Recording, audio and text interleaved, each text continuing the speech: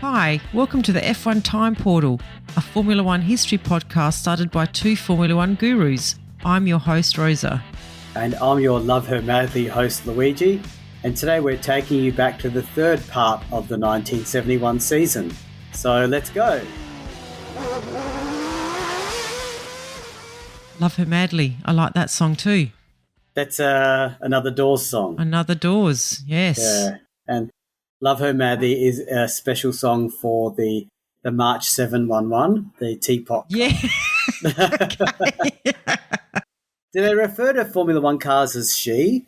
I think they do, don't they? I think they do, yes. Yeah. A lot of cars, I think cars generally are she's, I think. Yeah, she's a beauty sort of thing. Yeah, okay. Yeah. Let's not get into gendering stuff, Luigi. No. Okay, where are we up to? We're up to race 5 of 11, the French Grand Prix. It's at Paul Ricard, 4th of July, 55 laps, and the weather is hot. So we have a big welcome to a brand new track on the calendar, the freshly built Paul Ricard circuit. So many of us know this track because it's a very, very common track in current Formula One-ish era. Yeah, this is its debut. Yeah, it's a bad rap in our era. It's too flat. There's not a lot of action. It's got these weird stripy blue lines all over the course that are supposed to scrub speed off the cars. It's not a favourite, is it? I kind of like those blue lines. I think it adds a little bit of personality. Yeah, I'm with you. I don't mind it. Yeah. But even Mike Lang, he was not a fan. He called the track flat and featureless. That's big. That's bad from Mike Lang, isn't it? It was forward thinking of him though, because he was anticipating the future criticism that would be given to this track, but he gave it first. So yes, good on him did. for good coming straight at it. That's right. Didn't he call the track a Mickey Mouse track once? Yes, he did. Oh, what was that track? I can't remember. He was scathing. He was. It was the airport. It was the airfield one, wasn't it? That they converted. It was right near another one. I can't remember now. So many tracks. Oh, that's right. It was the Le Mans one. Yes. That's it. I think it was angry that they weren't running it on the Le Mans track. Le Mans, yes. But hey, safety was the name of the game here. And this track had runoff areas, a swanky pit complex, an actual restaurant, and wait for it. And this is 1971, air conditioning. What do you mean air conditioning? Where was it? Yeah. That's luxury. But yes, it was very forward thinking, and it was the first circuit to have marshals operate colored light signals around the course instead of flags. Yeah, that's very futuristic. And that's another one for the quizzes. This season's got a lot of breakthrough stuff, hasn't it? It does, yes. Yeah. But onto the race itself. Tyrrell was rolling out a full-width nose cone. Andretti was a no-show. Fittipaldi was back but still bandaged up from a road accident. And then there's this glorious Mike Lang quote. Yes. I'll quote now. As far as the drivers were concerned, Andretti was absent due to being preoccupied with the Pocono 500 in the USA. So that wording, we have to dig deeper a little bit here. What does he mean? As far as the drivers were concerned. Yeah, I started imagining Andretti having a secret double life or something, you know? I know. It was so weird that is that what he said? Did they not believe that he was at Pocono? Yeah. That's so weird. I think Mike Lang's just, trying to find new ways of sounding interesting and exciting. Yeah. Interesting. He has a way with words sometimes. So. Yes. Yeah. So there were some new faces too. Francois Mazet and Jean Max both hired to drive the March 701s. They had some cool names. If they stuck around any longer, they might have given Jackie Ickx a run for the coolest name on the grid. Yeah, I know. I mean, Jean Max. John Max, yeah. Yeah. So practice was a marathon. It was 7.5 hours over 3 sessions. And guess what? Stewart dominated all of it. That new Tyrrell nose cone must be magic. If you haven't seen it, go look it up. It's the peak Stewart era Tyrrell design. I've put a picture in the notes for us, Loy. It's got that big flat kind of nose going from wheel to wheel. It's very iconic. When you see it, you'll recognise it straight away. Yeah. The interesting thing about that design is it's got a front air intake. And, you know, we're talking about Lotus 72, which had the revolutionary side air intakes. And you really have a real mixed bag of you'd think the side air intakes would just dominate and take over, but no, the front air intakes still worked. And I'll just flag – sorry, go on, yeah. No, you go. I was going to say, and in that picture you happen to choose, you can see the lobster claw Brabham behind it. I was just about to say the same thing. It's the privateer white one that I was talking about. That looks better than the green and gold one. It does, yes. And it's funny, I was just about to say, it's funny, it's got the same nose shape as the lobster claw, but because it's got the air intake in the middle in that slit, rather than the two big kind of boxes on the side, it looks much better. It looks so much better. Yeah, and it's faster. Yeah, so, yeah. Works. Yeah, okay. So that cone is doing very well as the cone, the nose cone. Yes. So as a result, there was a good fight for second because obviously Stewart was dominating with the speed and qualifying, with Regazzoni edging out Ix. And a special shout out to Graham Hill, who popped up in fourth with that Brabham lobster claw. How old was Hill at this point? Well, he was around 42. Wow. So, he's not that old in the scheme of a Formula One driver. Like when you think this guy made his debut in the 50s, here he is in 71. He must have been very young when he made his Formula One debut, but he's still mixing it with the young guns. Yeah. So on race day, they were going to use the light signals for the start, but after a fail in the F3 race, that's the first time we've heard of an F3 race. Interesting. They chickened out and went back to the classic flag wave. And all due respect to chickens, by the way. So close to history, and now they'll just be known for air conditioning instead of the first race to do lights to start a race, you know? Yeah. So when the flag dropped, Stewart blasted off the line with Regazzoni and Ix slotting in behind him. And you'd think the Ferraris would keep him honest, especially after Ix won the last race with Stewart 11th, 5 laps down. There you go. We asked where he finished in that race. 11th, 5 laps down. That is bad. He must have been so angry at Goodyear.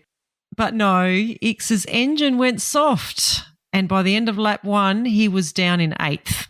Well, that Ferrari's hot and cold, isn't it?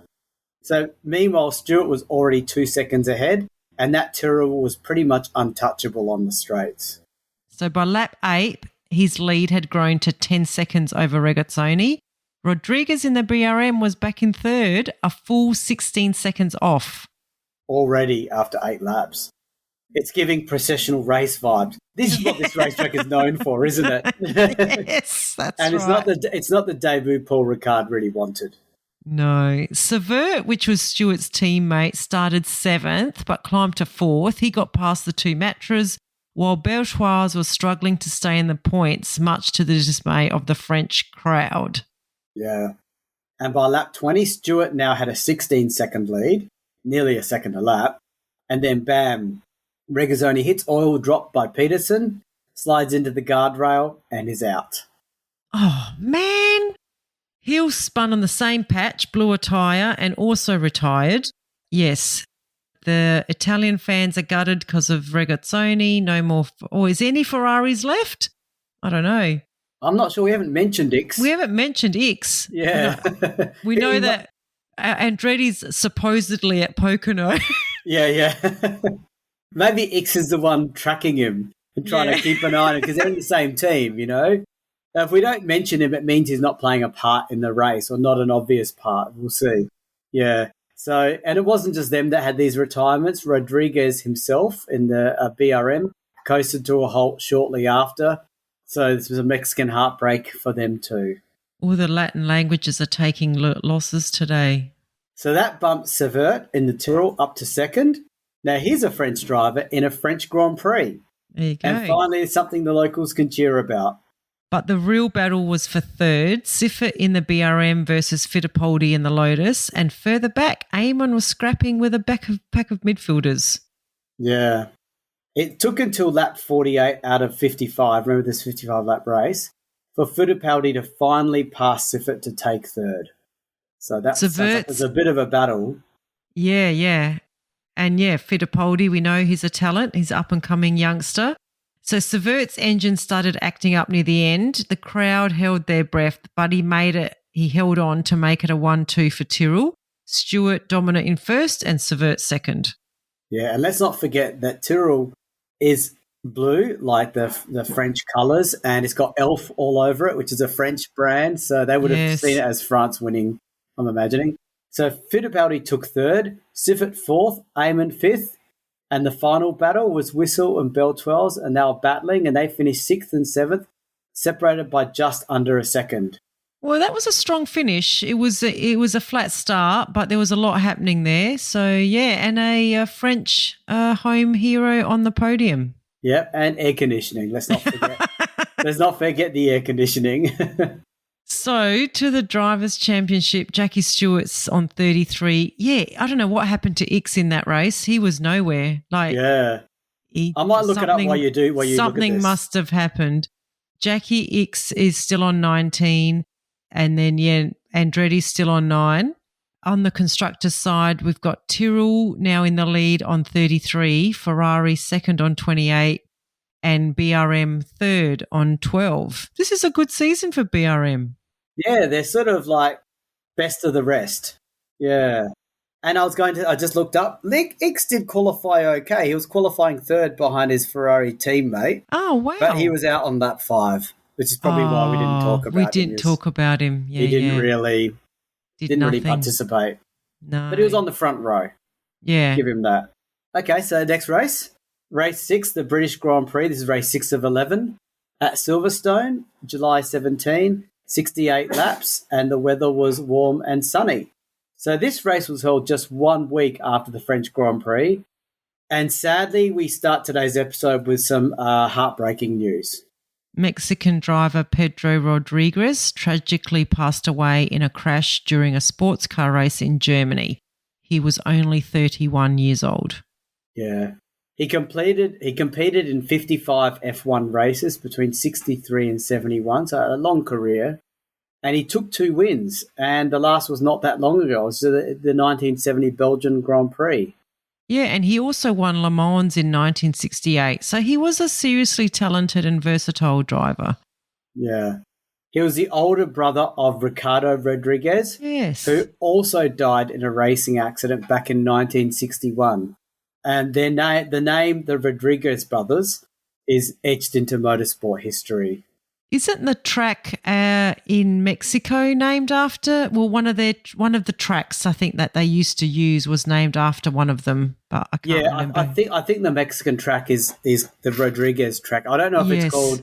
I don't know if it's named after one of the brothers or both of them, but they're both legends in Mexican F1 history.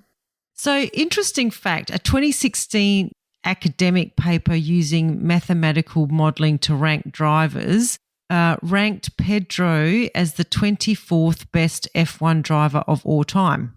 That is fascinating. We have to dive into that study sometime, Luigi. Yeah, and I've seen these studies come through, and they're very technical, but they factor in really important things like the team level, the teammate, how you performed against your teammate in qualifying the race. It eliminates silly things, so it really focuses on the facts. So, yeah, that's a big call to put him at 24, but there's obviously some science to that. Okay, the show goes on, and he was really performing well this year. He was up there. Yes, we just talked about him in the last race. We did. Yes, yeah. So he had a lot more to give. So, yeah. Yeah. So we're back to this Grand Prix, and it's called the Woolmark Grand Prix, Louis. Yeah, not a great name, is it? No. Did they sell the name to a sponsor? Is that what happened? Yeah, they do that in current Formula One, like the Louis Vuitton the Rolex Grand Prix. It's just Woolmark is not a cool name, right? No, but it's usually still got the country in it. Like it was the Louis Vuitton Australian Grand Prix, whereas this is just the Woolmark Grand Prix. Anyway. Yeah, anyway. So maybe the Woolmark British Grand Prix. Yeah, that's right. So Lotus, meanwhile, continued pushing their gas turbine experiment. The 56B was still in action in this race. They're persisting.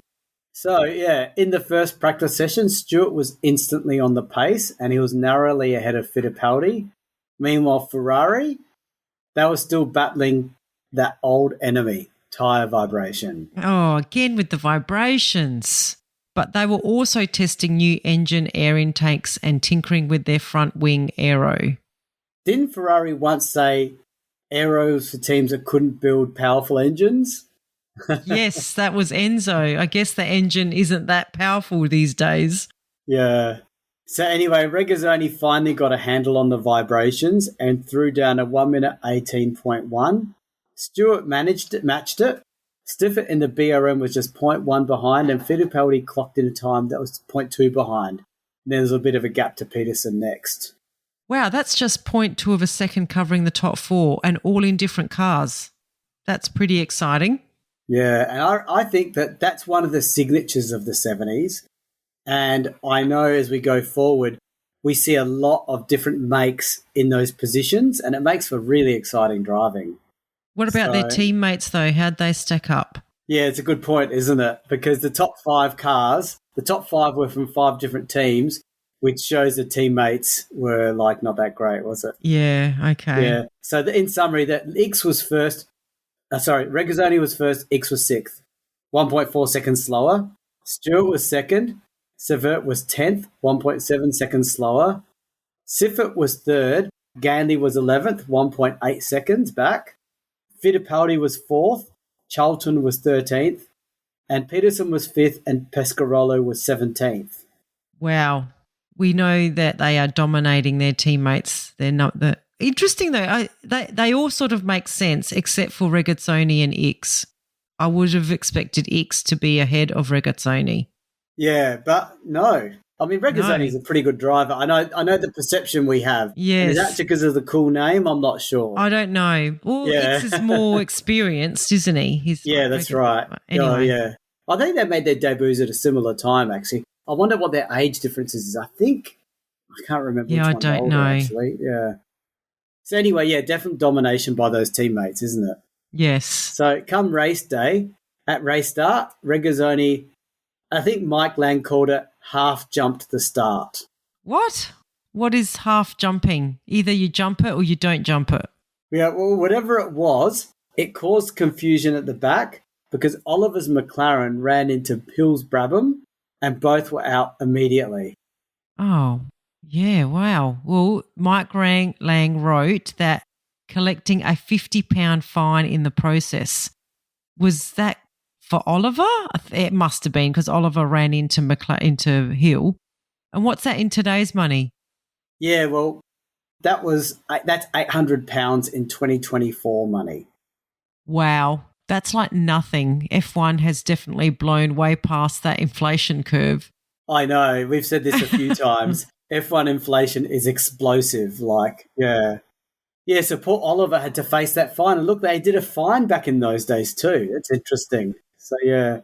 So, anyway, Regazzoni with his half jump start took the lead off the line, and X from 6th made up for his 6th qualifying position and slotted into 2nd. Wow, that's pretty good. That is good. Ferrari are up there. Yeah. Then Stewart turned on the afterburners, and within 2 laps, he passed X and Regazzoni and took the lead. Oh, well, that's, good, but yeah, disappointing. Yeah, don't forget Stewart's in that Cosworth V8 and those Ferrari V12s. What's going V12s, on? yeah. Yeah. Even Siffert What? got past both Ferraris. Now, Siffert, let me just check what car he's in again. Give me a sec. But do you remember? No, I don't remember. We talk about him a lot. This is taking me a long time to find his name. Yeah, can't you find his name? Yeah, I'm a slow reader. That's my problem. Oh, gosh. Gee, is there a race he wasn't in and that's why I'm not seeing his name? No, because he's in the BRM, of course. He's in the BRM. Yeah. BRM. Okay. So even Siffert in the BRM got past both Ferraris, but by the time he cleared Regazzoni, Stewart was already gone down the road. All right, so we're set for another Stewart, Stroll and domination? Yeah, pretty much, I think, because Stewart did. Pretty much because Siffert held to second, but he was also fighting tyre vibrations. So by lap 17, Regazzoni, probably also fighting tyre vibrations, we don't know, reclaimed second place. Okay, and by lap 30, what's going on? Yeah, so as the race progresses, Stewart now had a 17-second lead, and behind him, Regazzoni and Siffert were still battling closely, so about fair way back, as you know, with Ickx a further 8 seconds back. And right on his tail was Fittipaldi and Peterson. So that's Fittipaldi in the Lotus and Peterson in the March. Yeah, so the midfield scrap might be where the real action is. Yeah, I think Stewart's got this one in the bag, assuming there's no reliability issues. So things did change on lap 43 in that midfield because Siffert's car started misfiring and then he had to duck into the pits. Okay, some interest finally. What next? Well, at the same time as that, Peterson passed Fittipaldi's Lotus for fourth. Then Ickx had a delay in the pits with a tyre issue. So suddenly Peterson's up to third. Oh, not bad for the T-Tray, man. Yeah. Yeah. And then Regazzoni retires from second in the Ferrari. He had low oil pressure, and just like that, Peterson in that T-Tray car is now in second. Ah, yes, and the magical position to win a race. Yes. When the leader goes out unexpectedly. Unfortunately, that leader is Stewart in the Tyrrell. So with 5 laps left, Stewart was 30 seconds ahead, and that's how it finished. So Stewart wins his fourth race of the season. Yeah, and Mike Lang says he completely demoralising the opposition. Yeah.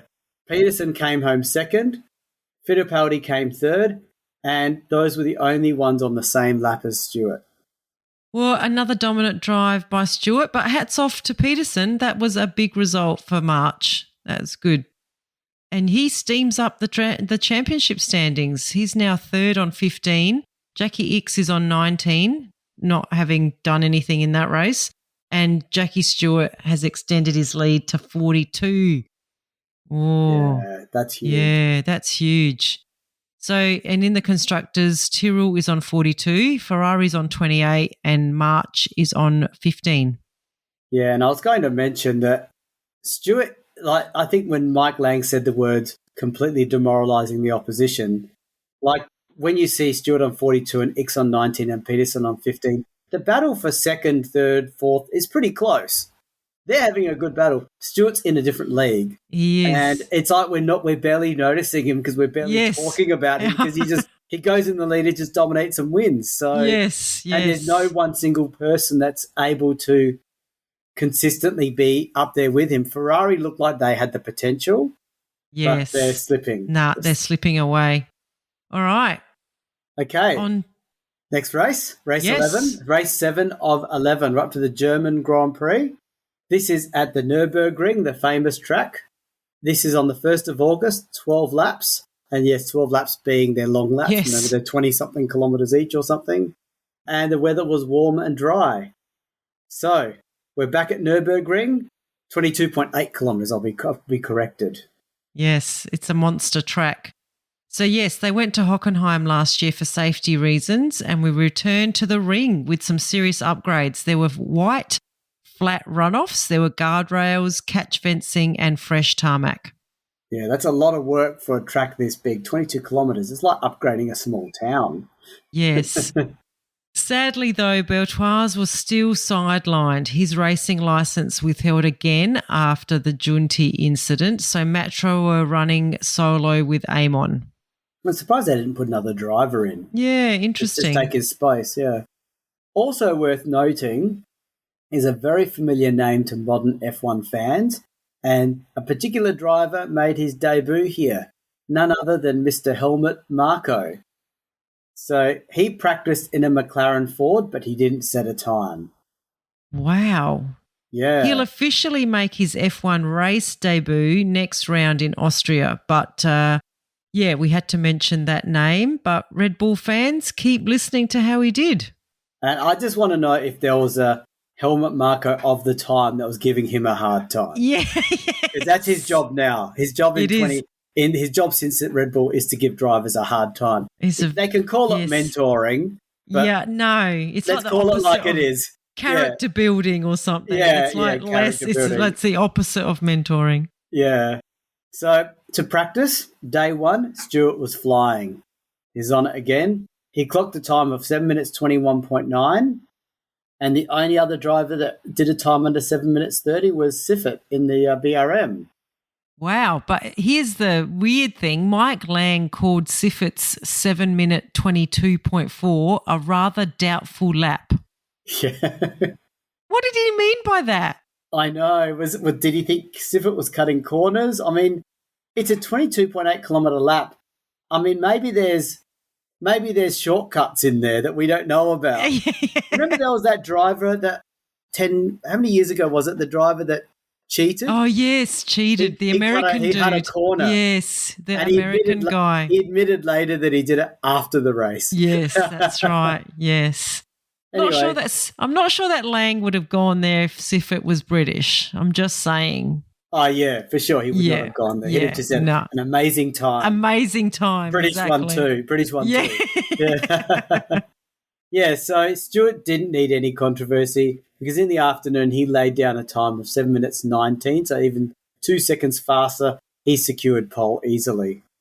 Day two, other drivers started waking up, and Ickx in the Ferrari got down to 7 minutes 19.2, so he got to 0.2 seconds behind, so very close. But behind them, Siffert dubiously held third, then Regazzoni, Siffert, and Hulme rounding out the top six. Okay, not bad for Ferrari, second and fourth. Yeah, they're up there. I mean, really, if Ickx has to challenge Stewart, he really has to start winning every single race from now in and hope that Stewart doesn't finish any races. Yeah, I mean, Stewart had double the points. Yeah, exactly. Yeah, more than double. So race day brought 300,000 fans. That's a huge number of people, but let's not forget it's a huge track. So lots of vantage points, you'd think. At the start, Ickx actually beat Stewart to turn one briefly. Yeah, it didn't last. Stewart grabbed the lead soon after and started pulling away. Classic Stewart in the Tyrrell. Classic Stewart 71. Yes. So Regazzoni moved into third, followed by Hulme in the McLaren, Siffert in the BRM, Peterson and Siffert. So after just one lap, Stewart had a 3-second lead. Then on lap 2, disaster. Ickx spins off. Wow. And remember, he's the only one that was even sort of a little bit close. Yeah. Yeah. So Regazzoni went off trying to avoid Ickx. Ickx was done. Damage was too severe. Regazzoni carried on with a busted exhaust. Yeah, not great for Ferrari fans. And another missed opportunity for Ferrari because they were up there. Yep. By the end of lap 3, Stewart had stretched his lead to 16 seconds over newly promoted Siffert, who was in second. A doubtful second? Yeah. So, yes, meanwhile, Hulme was dealing with fuel leaking into his cockpit. In this era, that's pretty much beyond dangerous. Yeah, that's terrifying. Yeah, one more lap and he was done. He couldn't fix it in the pits, so he retired. So 5 laps in, Stewart held a 34-second lead.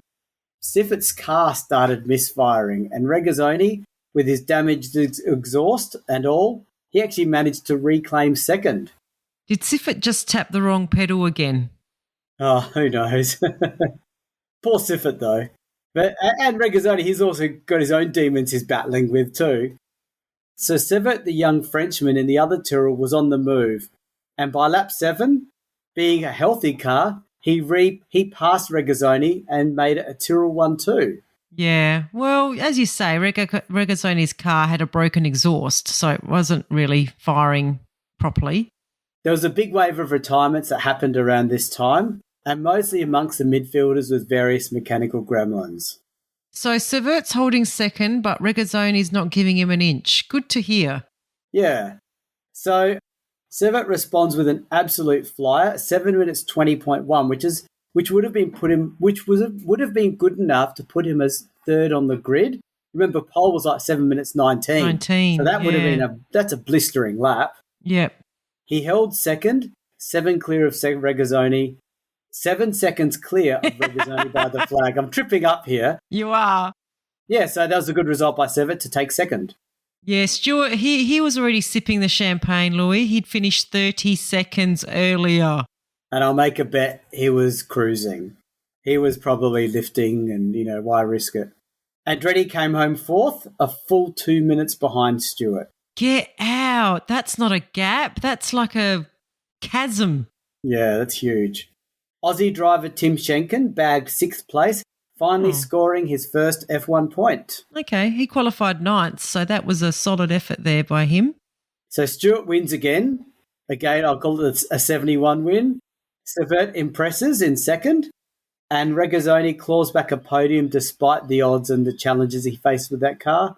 So not a bad day for the Nürburgring. Well, the Drivers' Championship standings are pretty depressing unless you're Jackie Stewart because he's on 51 points. Jackie Ickx is on 19, Luigi. Gosh. Peterson is on 17 and Andretti and Regazzoni are on 12. So, yeah, the battle's for second there, really. Yeah, it's a big battle too. And we've only gone to 5th. The 6th is probably another point down or something, That's right, so, yeah. Exactly.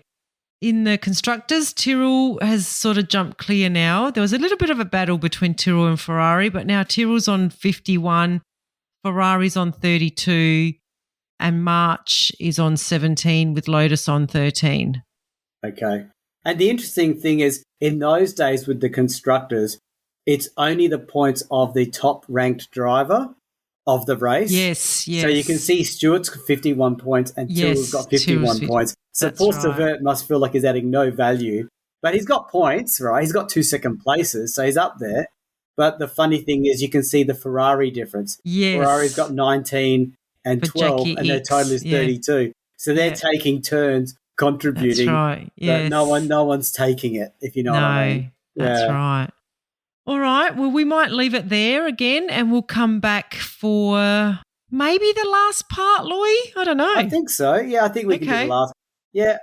We might wrap it up. We might wrap it up in the next one. 4 races. We can do it. Yeah. All right. Okay. Bye, everyone. Bye.